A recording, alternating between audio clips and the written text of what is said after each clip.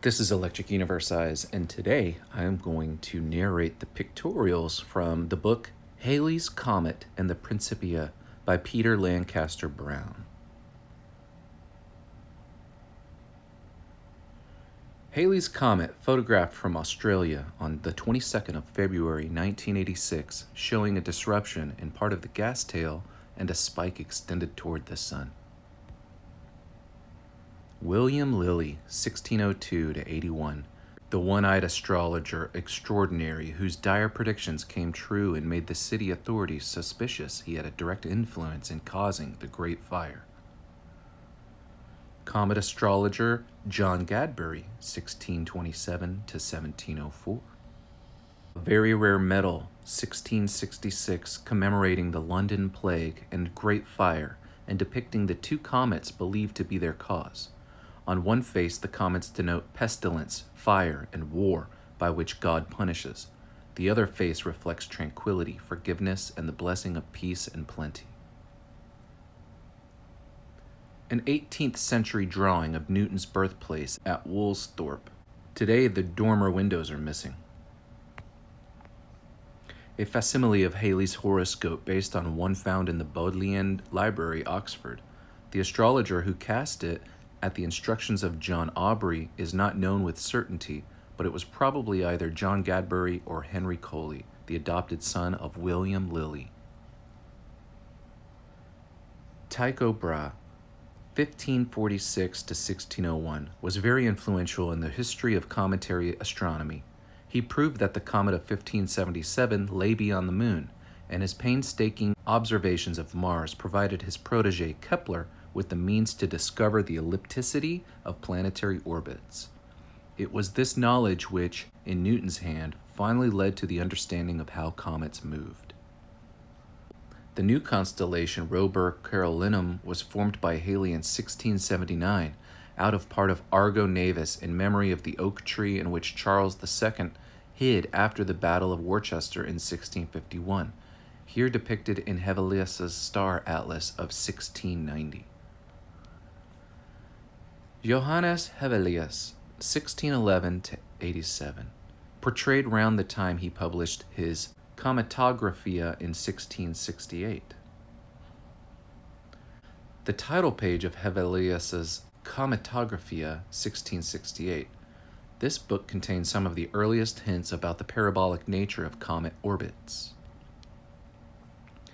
Hevelius's open-air observatory in Danzig, illustrating a battery of measuring instruments and one of his long-focus aerial telescopes. Johannes Hevelius, assisted by his wife, using a large double octant in Danzig. It was with the instruments of this kind Hevelius claimed he could observe star positions to the same degree of accuracy as those equipped with telescopic sights used by Hooke and Flamsteed. Sir Thomas Gresham and Gresham College, Bishopgate, London. The college was founded as an alternative place of learning to Cambridge and Oxford, and it was here the Royal Society held its meetings during the 17th century. It was also here that Robert Hooke had his apartments and erected in the quadrangle and aerial telescope through which Halley also made observations. A German medallion struck to commemorate the 1680 to 1681 comet. Some notable comets of the past recorded on an old print. Number 1 is Tycho's comet of 1577. 2, the comet of 1680, called Newton's comet. 3, Napoleon's supposedly lucky birth comet of 1769, discovered by Charles Messier. An old German woodcut showing the famous impressed egg supposedly laid in Rome after the appearance of the 1680 to 1681 comet. Subsequent to this comet, prints have appeared with Halley's comet identified on similar eggs. However, these must be considered as borrowings by counterfeiters using the original fraud as a basis. The title page of John Gadbury's book, De Cometis, written about the plague and fire comets of 1664 and 1665. The illustrations wrongly cite the appearances of 3 comets. The French Academy and the Paris Observatory visited by Louis XIV and his entourage. Halley observed the comet of 1680 from here during his grand tour. It was also from here that the comet of 1682, later Halley's comet, was discovered by two French astronomers. Philip de la Hire, co-discoverer with Picard of the comet of 1682, Halley's comet. Halley used his planisphere as a model for his own of the southern stars. Halley's original observations in Latin of his sightings of the comet of 1682, later Halley's comet. The left-hand page is concerned with his reductions for an observation of September 4, 1682. Elsewhere there are observations for 7 other nights, but one page is missing. This volume was probably one of his original college notebooks and is quaintly titled in his hand, Edmund Halley, his book, and he doth often in it look. The right-hand page concerns itself with the properties of a parabola, which may indicate that before his contact with Newton, his own thoughts were already focused on the possibility of parabolas for cometary orbits. However, it is likely this juxtaposition is coincidental, and the explanation is he simply used the empty pages of his old college notebook to record these later observations. The question, nevertheless, remains a very intriguing one. Halley's comet as drawn by Hevelius in September 1682. The head shows a remarkable flame-like structure reminiscent of the form later seen during the comet's 1835-1836 apparition. A. Johannes Kepler, 1571-1631. The orbit of Mars and the properties of an ellipse. Right. The eccentricity is measured by expressing the distance between the two foci, F1, the Sun, and F2 in terms of the length of the major axis. Left, Kepler discovered that the planet Mars moves in an ellipse, but compared with the very elliptical orbits of comets, the orbit of Mars has very little eccentricity, and on this scale, the two foci are positioned very close together.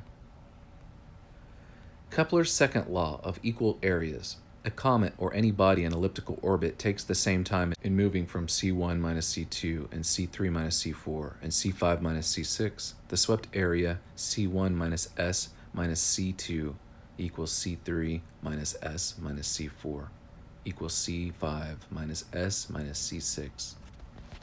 The ideas of René Descartes, 1596-1659, Latinized Renatus Cartesius, dominated scientific thinking in the period immediately before Newton. His vortices theory, whirlwinds as Voltaire later disparagingly called them, was generally believed to explain the movements of the planets and comets. Isaac Newton, painted by Sir Godfrey Kneller shortly after the publication of the Principia. The earliest known portrait of Halley in his late 20s or early 30s. It was painted by Thomas Murray, but the inscription is not contemporaneous. The first folio of Newton's tract De Motu. Greenwich Park Observatory round Flamsteed's in Halley's time. John Flamsteed, 1646 to 1719, after a portrait by Thomas Gibson. Newton's room, to the right of the gatehouse at Trinity College. It was here that Halley persuaded Newton to write the Principia, where Newton toiled for 18 months to produce his manuscript.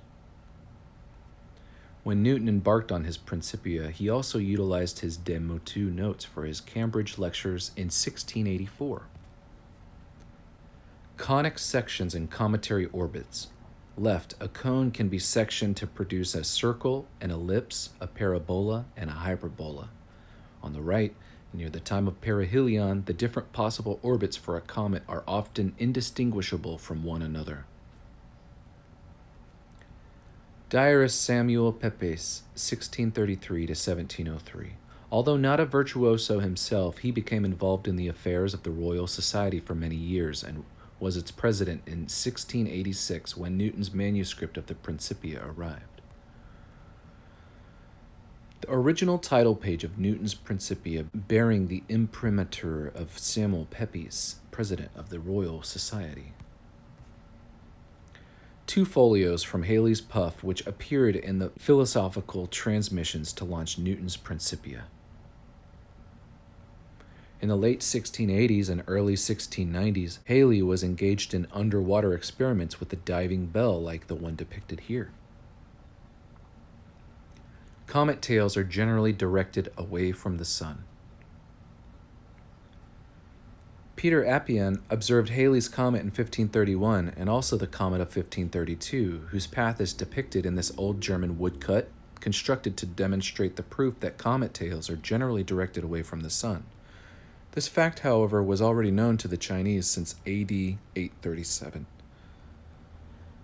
An old woodcut showing Tycho's comet of 1577, with an astrological predirection based on its advent. The octagon room at Greenwich Observatory, where Flamsteed and his assistants observed the comet of 1682, later Halley's comet. Newton's manuscript notes for his observations of the comet of 1682, Halley's comet. The accompanying sketch shows the shift of the comet on 4 separate nights against the black cloth of the Great Bear. The path of Halley's comet in 1531 is plotted by the observations of Peter Appian in Ingolstadt and Fracastor in Verona, from Theatrum Cometicum. The dramatic appearance of Halley's comet in 1456, when it spread itself across 3 constellations. The 2 bright stars near the head of the comet are Castor and Pollux, in the constellation of the Twins. It was during this apparition the Turks were besieging Belgrade, and the Pope offered prayers against the enemies of Christendom and the comet, based on a depiction by an unknown artist. The track of the paramour during Halley's first 2 voyages, 1698 to 1700. Halley, circa 1700, dressed in the uniform of a naval captain, the original by Sir Godfrey Kneller, is now lost and the portrait exists only as an engraving by G. White.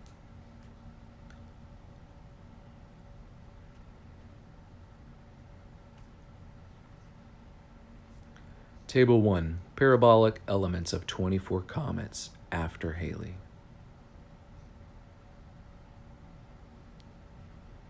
Portrait of Halley in early maturity. Newton in old age. Newton at 83. Halley at 80, painted by Michael Dahl.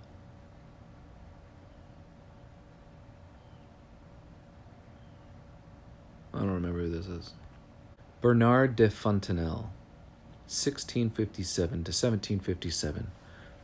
President of the French Academy, was the last of the important anti-Newton diehards. Pio de Maupertuis, 1698 to 1759, was a leader of the French expedition to Lapland in 1735 to test Newton's theory that the Earth was an oblate spheroid rather than elongated in the direction of the poles, as believed by many in the French Academy. Ironically, although the Lapland expedition and another sent to Peru returned to vindicate Newton, the errors subsequently found in their respective measures were so large that it was realized they could not really settle the question one way or the other. By the time this became known, however, Newton's ideas had eventually triumphed and been accepted by most of the French academicians. Alexis Claude Clairaut, 1714 to 1765. Madame Nicole Laporte, 1723 to 1788.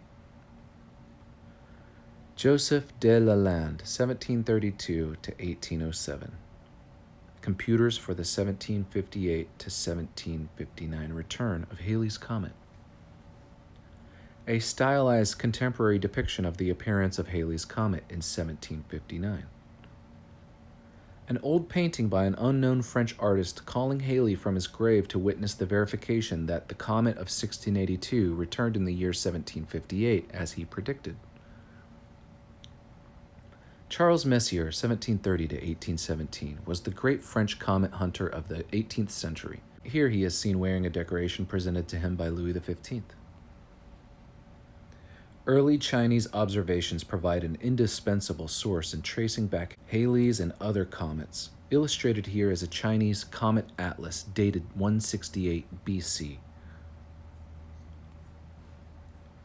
William Whiston, 1667 to 1752, who succeeded Newton at Cambridge, is now best remembered for his dramatic theories about the 1680 to 1681 comet.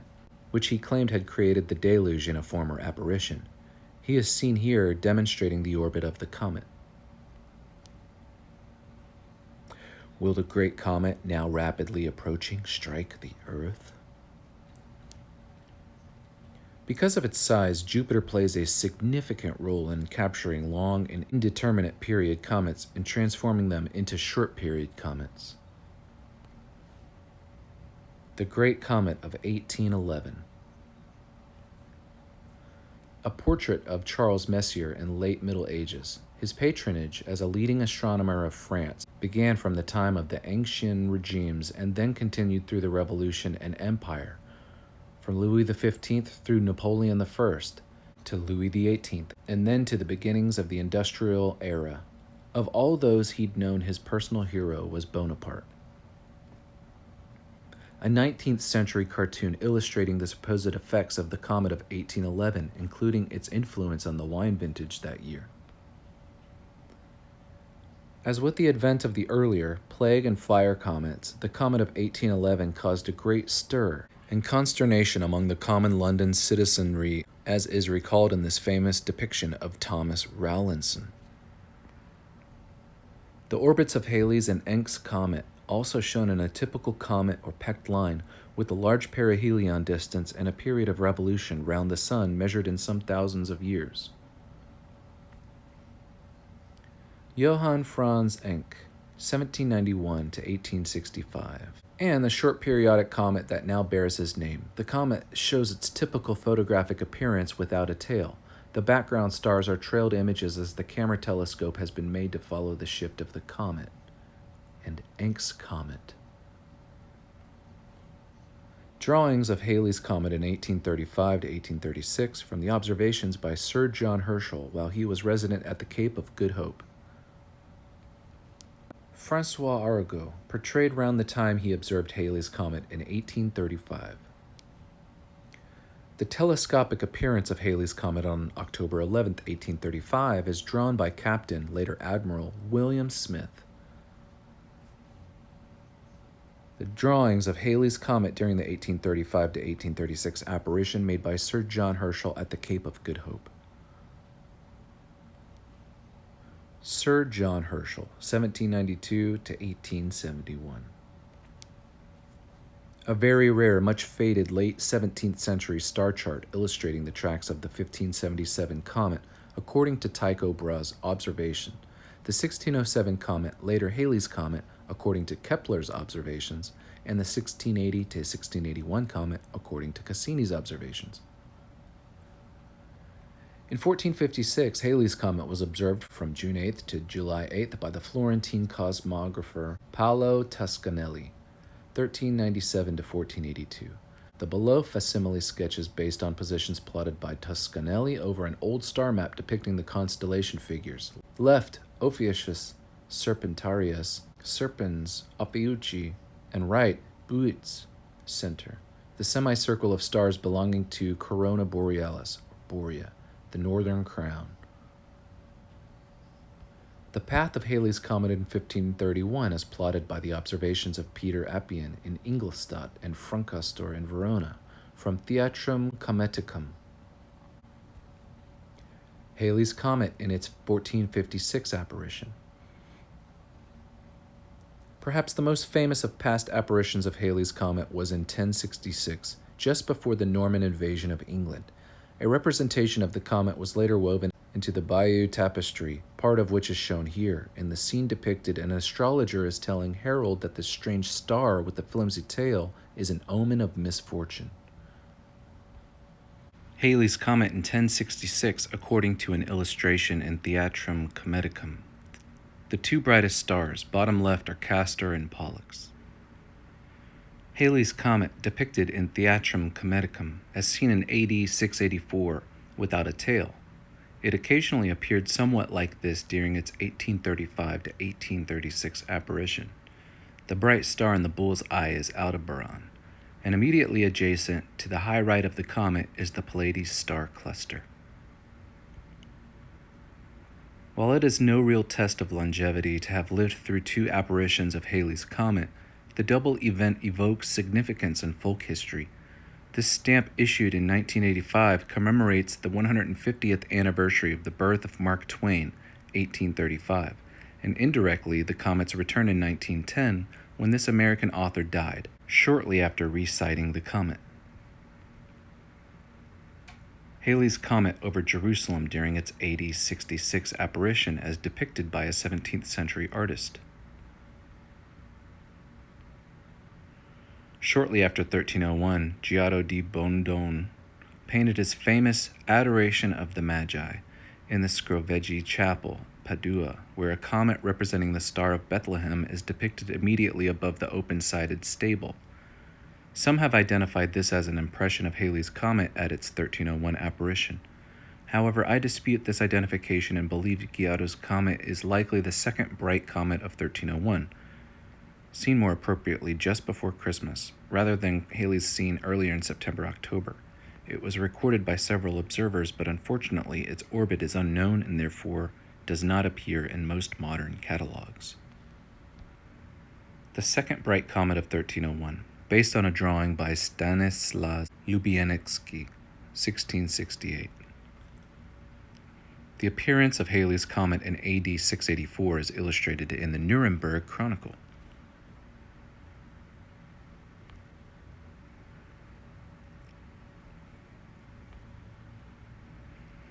Two great comets of the 19th century. Upper left, the Great Comet of 1843, as seen from Paris, above, the classic picture of Donati's comet as seen over Paris. It caused a great stir, and millions throughout the world flocked outdoors to see it. The issue of the London Illustrated News for the 22nd October 1858 printed these spectacular views of its head as seen from Cambridge, England, and a Mr. Slater's observatory in Euston Road, near present-day King's Cross Station.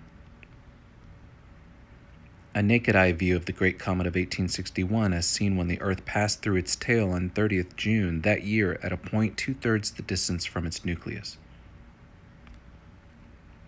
The orbit of Halley's comet, the dates 1911 through 1986, indicate the various positions of the comet during its last revolution around the Sun.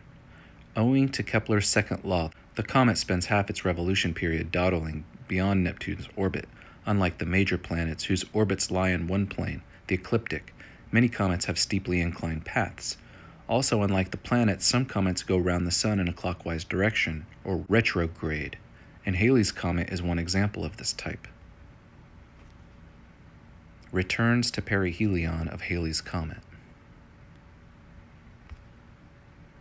Max Wolf, 1863 to 1932, director of the Königstuhl Observatory, Heidelberg, was the first to announce the recovery of Halley's comet on 11 September 1909.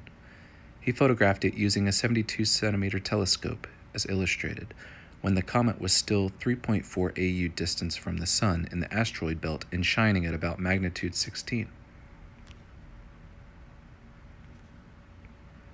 In 1909, an intensive photographic search was made for Halley's comet using the 75-centimeter reflector at the Greenwich Observatory.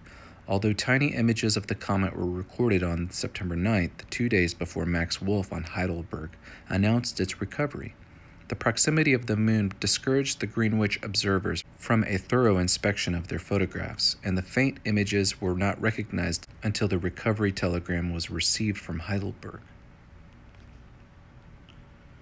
The 76-centimeter reflector of the Helwan Observatory in Egypt. Unknown to observers using it, it was the first telescope to record the tiny image of Halley's comet when it returned in 1909. It was also the telescope to last record the retreating comet in June 1911. The small finder seen above the main telescope was previously used by Sir John Herschel to view the comet in South Africa during the 1835 to 1836 apparition. 4 photographs taken shortly after Halley's comet was recovered in September 1909 showing its shifting position arrowed against the background stars.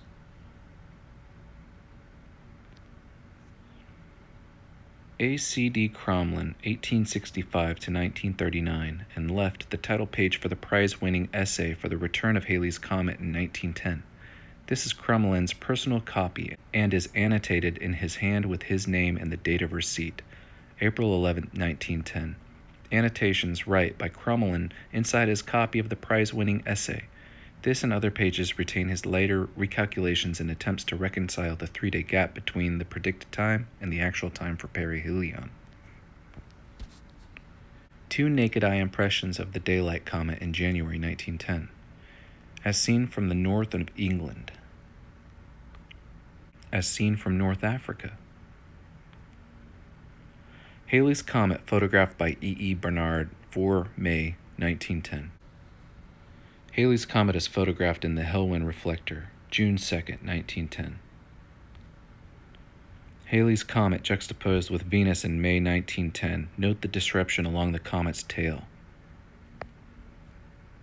In May 1910, the magazine Punch published this cartoon to greet Halley's Comet juxtaposed with its barbed comment about amateurism paid for professionalism as allegedly personified by Louis Blériot, the French aviator who the year before had been first to fly the English Channel. Even in 1910, advertisers were already aware of the benefits of using highly topical subject matter in their advertising promotions.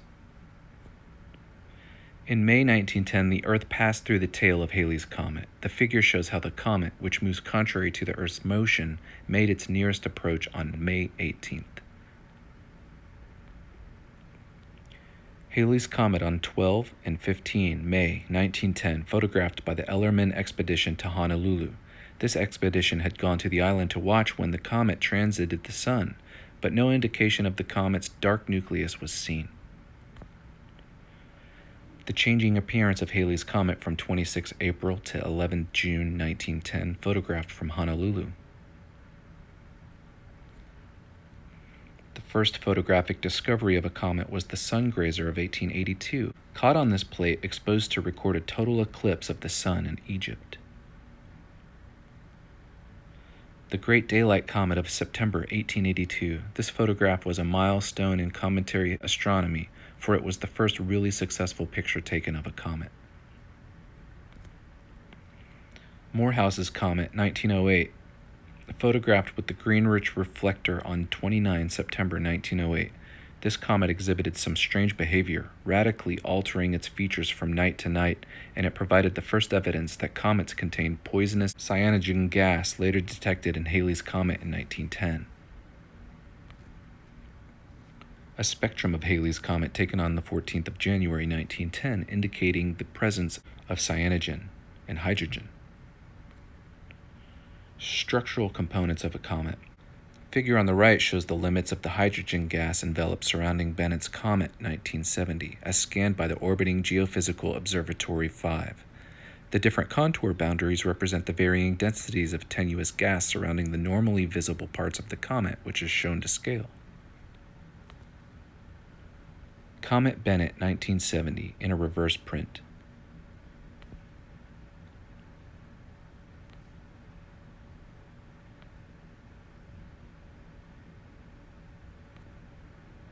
Comet Tago Sato Kosaka 1969, which, when viewed from space, provided the first evidence about the vast clouds of tenuous hydrogen gas surrounding comets, quite invisible in this photograph taken from a ground-level observatory. A spectacular display by Bennett's Comet on 4 April 1970 showing disruptions in the gas tail, type 1. The signal and model of the organic molecule methylamine superimposed on a photograph of the Trifid Nebula near the center of the Milky Way, in which the source was detected by the Parkes radio telescope in Australia. Such molecules may also be significant in comets.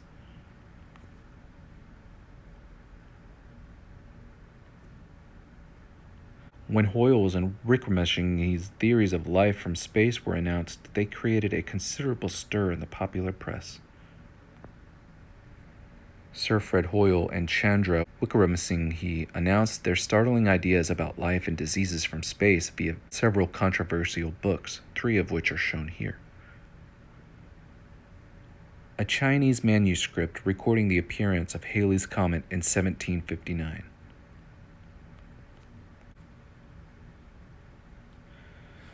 Missions to Halley's Comet, 1985 to 1986. Those who did have firm plans for Halley's Comet as a prime target were the European Space Agency, ESA, the Japanese Institute of Space and Astronomical Science, ISAS, and the Soviet Union. Although the search for the returning comet had begun in 1977, by 1981 there was still no sign of it. It would now be accelerating in towards Saturn's orbit, but so far the myriads of faint background stars had rendered it anonymous. Even with an object as important as Halley's Comet, the time allocated for observing it was severely limited by the constraints of observatory schedules. The first glimmer of Halley's Comet to register itself after an absence of 71 years. Comet West grazing the dawn sky on 4 March 1976.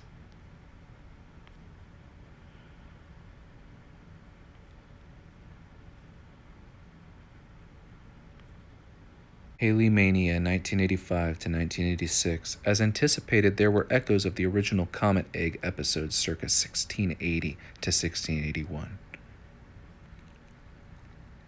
When the British mounted a special astronomy week rather prematurely in early November 1985 so as to awaken and encourage public interest in Halley's Comet, then still below naked eye visibility, the event received a mixed reception.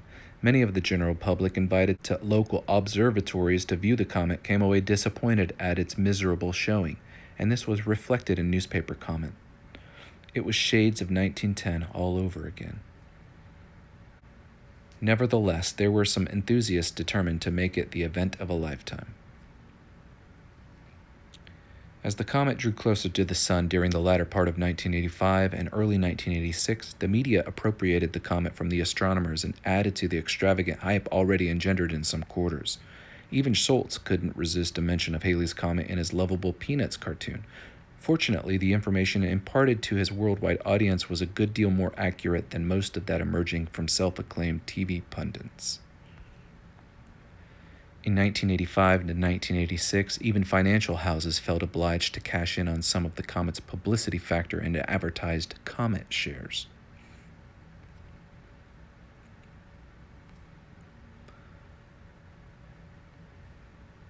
Trajectories of the Soviet space probes Vega 1 and 2 to Halley's Comet. These probes were also coupled with probes to Venus.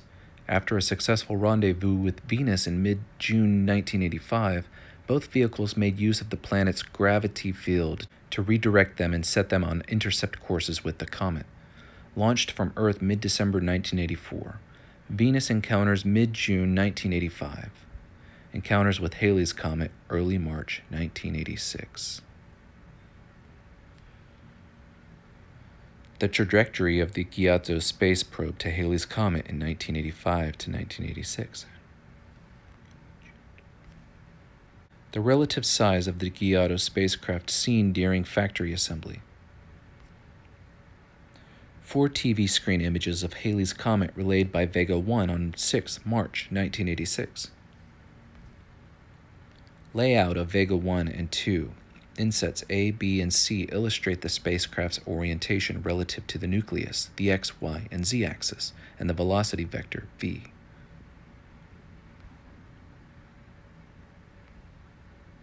A newspaper cutting dated 7 March 1986 carrying the juxtaposed pictures of Halley's Comet circa 1910 above an image obtained via the Vega 1 probe. An artist's impression of a controller and his monitoring screens during Giotto's historic encounter with Halley's Comet on 13 March 1986. The layout of the Giotto spacecraft. Halley's Comet photographed from Western Australia on 13 March 1986, the same day Giotto made its historic encounter. A view of the innermost coma and nucleus of Halley's Comet as scanned by Giotto from a distance of 25,650 kilometers. The original picture was transmitted in pseudo-color images which gave it a bizarre appearance on TV screens and led to confusion and disarrangement among lay audiences and critics. For scale appreciation, note that each side of the frame represents 111 kilometers. Upper, the dark, semi-obscure night side of the nucleus of Halley's Comet as imaged by Giotto's camera from a distance of 14,000 kilometers on 13 March 1986. Some rugged circular features are just resolvable in the hemisphere farthest from the Sun. Lower, an outline sketch depicting features interpreted from the best images and showing dust jets not properly visible in reproductions.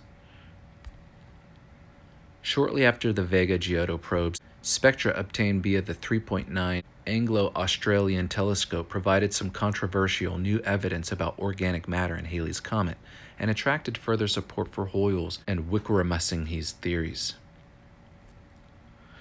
During March 1986, Halley's Comet brightened to 3M and developed a tail 10 to 12 in length. Although it provided some impressive enlarged pictures via bigger telescopes, this photograph taken with a small camera on 23 March 1986 from Virginia, USA, shows the comet more realistically as it appeared in small binoculars or to the naked eye. The quadrangle of 4 bright field stars to the comet's upper right are Zeta, Tau, Sigma, and Phi Sagittarius. When Halley's Comet emerged in the morning sky after perihelion, its tail had developed into a broad multi-pointed fan with one spike extended toward the Sun. This enlarged photograph taken on the 22nd February 1986 by the 1.2M Schmidt telescope at Coonabarabran, Australia, showing disruptions in the gas tail, is probably the most dramatic taken during the entire apparition. The nucleus of Halley's Comet, as it appears in processed images obtained from Vega 1 on March 6, 1986. A tantalizing glimpse of the rugged nucleus of Halley's Comet derived from the processed images provided by Vega 2 on 9 March 1986. A photograph of Halley's Comet in January 1986, providing a view of its highly reminiscent of Barnard's picture circa May 4, 1910. Voltaire was instrumental in popularizing Newton's ideas in France when he wrote his Les Éléments de la Philosophie de Newton. It was published in Amsterdam, where it was pirated and revised. In 1738, it was translated into English and appeared in London as Elements of Sir Isaac Newton's Philosophy. Note the dedication to Voltaire's blue-stocking mistress, the Marquise du Châtelet. The right folio in the English translation is open at Newton's classical demonstration of centripetal force and Kepler's law of equal areas.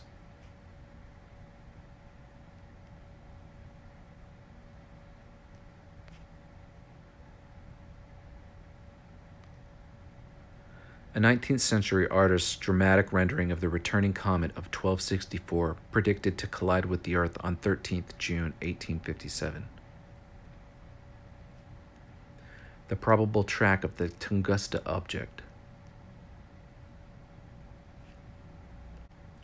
Friedrich Franz Wilhelm Bessel, 1784 to 1846, was one of the giants in German astronomy. He had a lifelong interest in Halley's Comet. His first paper, published in von Zach's Monatliche Correspondenz in 1804, was a computation of Harriot's observations of Halley's Comet in 1607. One of his other consuming interests was in the supposed planet which he and many others believed lay beyond Uranus. In 1840, he was deeply immersed in computing its orbit. The following year, his only son, an astronomer of great promise, died. Tunguska, Siberia, the site of a strange cosmic-inspired cataclysmic event which occurred on the 30th of June 1908 and was probably caused by a cometary impact. Note the trees felled by the tremendous air blast.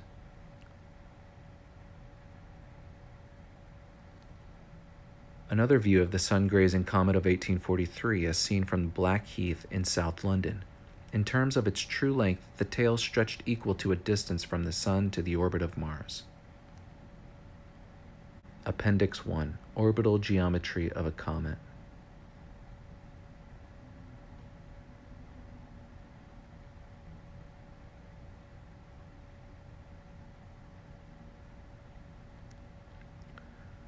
Appendices. To define a comet's path around the Sun requires knowledge of 6 quantities or elements: The perihelion distance of the comet, or distance from the Sun at its closest approach. Its heliocentric longitude, a position in relation to the Sun usually termed the argument of perihelion. The position of the nodes, or where the path of the comet crosses the plane of the ecliptic. The inclination of the comet's orbit to the plane of the ecliptic. The exact time of perihelion passage. The period of the comet's revolution.